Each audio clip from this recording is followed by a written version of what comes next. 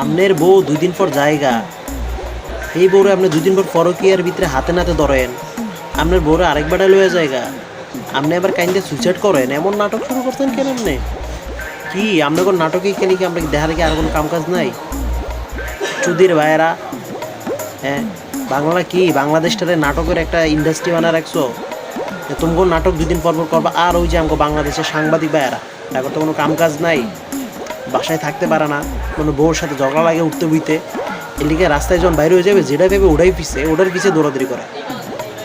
আপনার কোন নাটক ওরা কাবার করার জন্য বয়ে থাকে, তাই তো?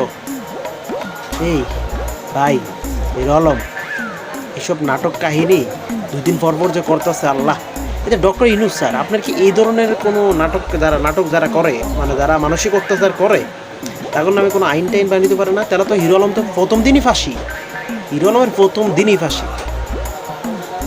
রে চুদির ভাইয়েরা কি যে একটা কাহিনী 2 দিন পর পর, এই সালার, তোগরি কি বউ আছে আর মানুষের বউ নাই? মানে তোগরি একটা সমস্যা, মাই শালা রে। এই সংসার আবার করছে, আবার জোড়া লাগছে না?